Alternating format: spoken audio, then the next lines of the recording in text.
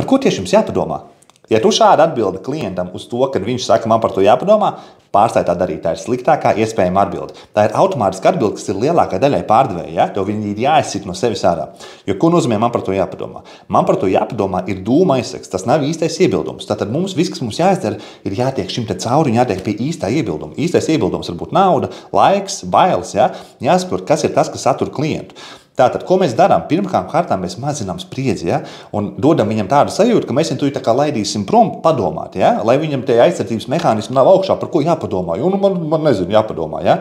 Tad mazinām spriedzi, lai viņam nolaižās aizsardzības mehānismi, dodam sajūtu, ka mēs viņu laidīsim projām, lai tiktu līdz īstam iebildumam. Kā mēs to darām? Ļoti vienkārši. Jā, nav problēma.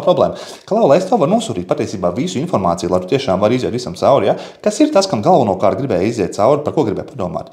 Jāpastāsta, vai mēs vispār varam to atļauties. Un skaidrs, mēs tiekam līdz īstam iebildumam nauda, un tad mēs sākam risināt naudu. Ja?